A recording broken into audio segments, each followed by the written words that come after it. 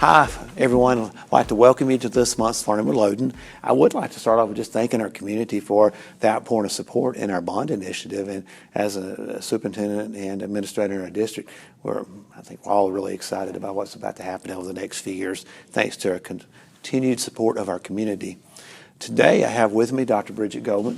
Many of you know Dr. Golmen and are familiar with her being the principal at Mathews. Mm-hmm. She is going through a big transition. I am. I'm very excited. Of course, it's bittersweet leaving Mathews, but I am going to have the opportunity to serve the whole district as Executive Director of Curriculum Instruction and Assessment for the upcoming school year. We're excited about having you on cabinet, and you've already been very, very busy. She has been taking care of Mathews, but also meeting with us in cabinet and doing some transitional work with Dr. Chastain, and it's going very well. It is. It's going very well. I'm very excited about the challenges ahead and the opportunity to just serve a bigger population within Nixa. Well, Bridget, in education at times we have our own lingo, our own vocabulary, and parents hear the words and be like, well, what are you talking about, Dr. Loden? Well, as a parent, a community member, if you remember, a few months ago, we announced that we are an internationally recognized model PLC. And there's only 30 in the entire world, which is a special honor. And a lot of districts will say they're PLCs. And today, we just wanted to share with our parents a few updates as far as our curriculum and where do we get our curriculum and where does it come from, how do we break it down, and an overview of a professional learning community, or PLC. Starting off with, a PLC is a professional learning community, and if you look around in our buildings, you will have a collaborative team called a professional learning. Well, you'll have a guiding coalition. That's your leadership team that you have that may be slightly different or the same as your building level leadership team, depending on the building you're in. And then you have your professional learning teams at your individual grade level teams. And then when you look at the model at the district level, we have our cabinet, and we meet with the principals.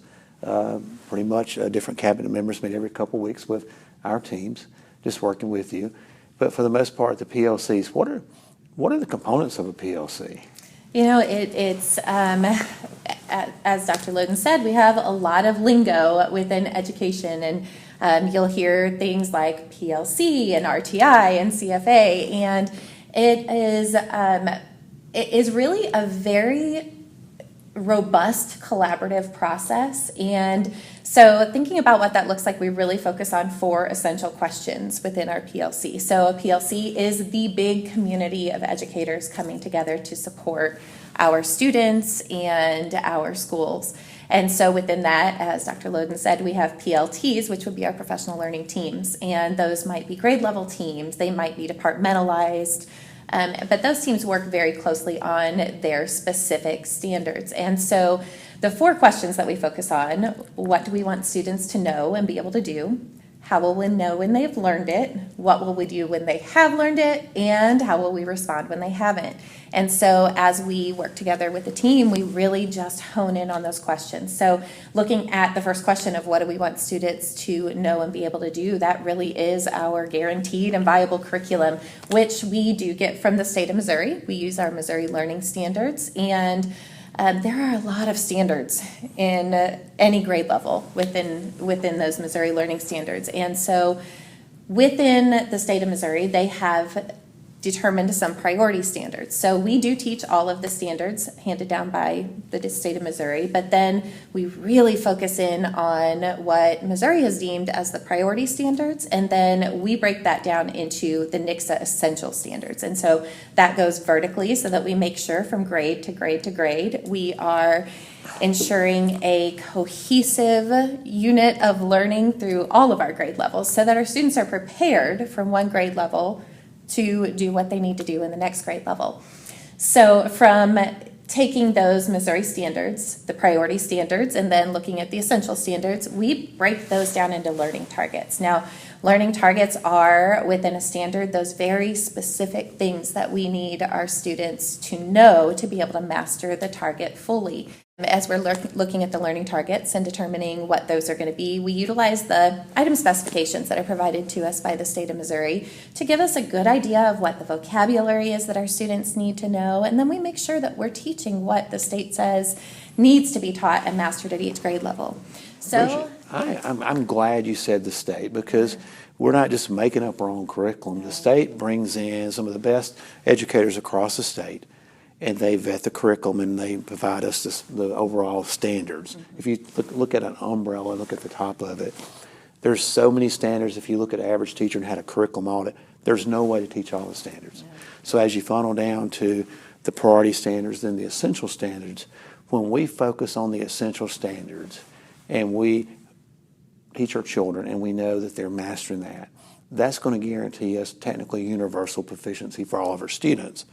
And then when we answer the question, ask the question, do the children know it? If they don't, then we're using every resource we have with RTI, small groups, any remediation that we have, trying to make sure we scaffold back so that they're able to reach that level so they're proficient. For the children, though, that are already there and doing very well, then we have enrichment, remediation. This is for the ones that are not there, but they're enrichment for the ones that know it already, which helps us to go to higher DOK levels, to really have robust mastery. So, if your child's advanced, chances are they're in a group where they're really going deeper. But if a child's struggling, we're doing everything we can to make sure they have, if they're behind, more than a year's worth of growth in a year, so they'll be on track. Right. And it doesn't necessarily mean that they're always in a group that's getting remediation or always in a group that's getting extension, because it's very targeted to each of those learning targets within the essential standards. I am so glad you pointed that out, because this is across the curriculum in our district. So if you have a child that's in 8th grade algebra, they're a very high-performing student, but there's children in 8th grade algebra that will be in a remediation group because they don't understand the standard, while others may be in a group that's receiving enrichment. And they're very fluid. They go back and forth depending on where they're at the time. It individualizes the education for each child. Yeah, and absolutely. And we call that RTI, response to intervention, which is just our terminology, that lingo in education that we use to say that we are targeting the exact needs of individual students based on those learning targets and essential standards. All right, now I want you to help me with this. When I was in school, and I've heard parents say this, well, we'd have a test, and my child was studying, we'd take the test. What are these things called CFAs? CFAs, Common Formative Assessments. And I think that, as teachers, we're constantly assessing. It is so important that we use a variety of assessment tools, because not every student can show their knowledge in the same way. And so through CFAs, we find ways that it's commonly assessed across the grade level or the team. And teachers, it's a quick assessment that teachers create aligned to the depth of knowledge that they need their students to be able to understand from that standard. And then from there, they analyze their data. And so they analyze the data individually, and then they come back together as a collaborative team to talk about, okay, what did our students miss? What did they do really well? Are there areas that maybe they didn't understand it the way we taught it? So how are we going to go back and reteach that? And one of the best things about that is that it gives our teachers the opportunity to have built-in PD to their day. So it's not uncommon for one of my teachers to have had a class that was very successful with a specific skill, and they'll get up and they'll teach the way that they would to their students. They'll teach that to their team, so that the teachers are always learning from each other, and they're just building up their toolbox of strategies to help meet the needs of all learners. The CFAs are very powerful because you build them ahead of time. And you may have the same standard or target, but different levels of questions, so you can probe to see where the children understand or don't understand. And then as a teacher, when I grade mine, I reflect and kind of make my own little mini plan as far as what I need to do, because the whole group didn't get everything, but these children need this small group or a different group. Then I go back and share with my peers. Yeah, and it's a very complex process that it takes a lot of intentionality and focus, but it is really what's best for meeting the needs of all of our students. And, one of the common things that our teachers also talk about is not just that they missed the question or didn't understand the concept. It really goes down to why. And so they build those assessments with kind of an end in mind. They know where they're going with their teaching, and when they get to that point that it's time for an assessment, they're able to sit down and say, okay, maybe they did not have the background to be able to fully understand this concept, so I've got to back it up and teach that foundational skill so that they're able to then apply it in a deeper level. So they're always probing, trying to identify ways to improve the practices. Absolutely. What about RTI? Will children at times go to different teachers? Yes, they do. And it has been such a great, this is PLCs, RTI, all of these systems that we have in place. We are evolving and growing them as we go. And so we really like our teachers to not be afraid to try something new and see if it works and make adjustments and tweaks. And that really allows them to share their expertise as educators. And so with RTI, a lot of times our students will mix between the first grade team. So for instance, if we've got some standards that they're working on in first grade, we may have a teacher who's working on extensions, and she may take a group of first grade students from across the whole team and work on extensions with those students. Yeah. It is. And, we've even done some situations where we have some students, I'll use first grade as an example again, where they have mastered that first grade concept, but we know that second grade is working on that with their students. So we can even bump a student up so they can get some of that really second grade exposure. So we can really deepen their understanding there as well. Brigette, I would like to explain to parents too, or someone that maybe is new to the profession looking at coming to NICSA, we don't have a canned curriculum where the program goes page 1, page 2, page 3, or day 1, day 2. Our teachers plan together across the district. We've agreed that the curriculum is the curriculum for third grade as far as pacing. Mm-hmm. But when they plan together, they vet resources, they discuss strategies. But when they leave, the teachers individually have autonomy as far as, I want to use this resource, I don't want to use this one. Or I'm going to focus on this strategy because it fits my class and my style better. So even though at the ball field or at church or at home, you may have family members discussing with kids in the same grade the content, they're covering the same content, but they may be using different activities or worksheets because we want the teachers to have autonomy. Absolutely. But we are focused on teaching the state curriculum.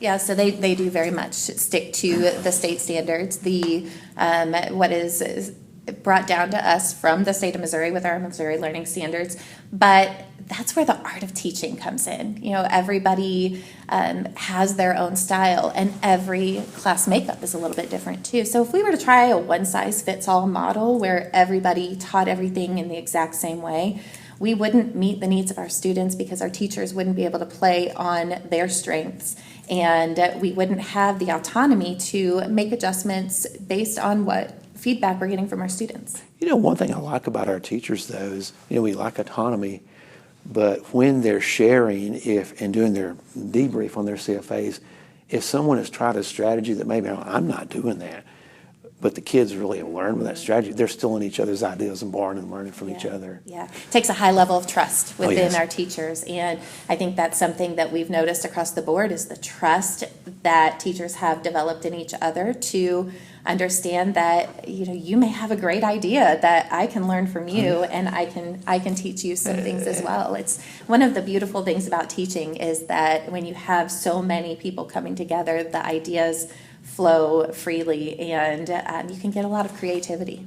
It's nice to know that people are not afraid to try new things and see what happens, because it helps us to really fine-tune our practices. It does. Brigette, as far as our PLCs, is there anything else you would like to add today? I really think that what we've seen happen over the last few years with our PLCs is just a really robust development of the work that we do within our classrooms. Our instructional strategies that our teachers put in place have developed and improved and become more cohesive, and we're really seeing some very targeted growth in our students that we haven't always seen in the past. And our teachers are realizing that they know their students better, they know how to meet the needs of those students better, and it's showing in the confidence that our students have coming out of the classroom. You can see that across the district.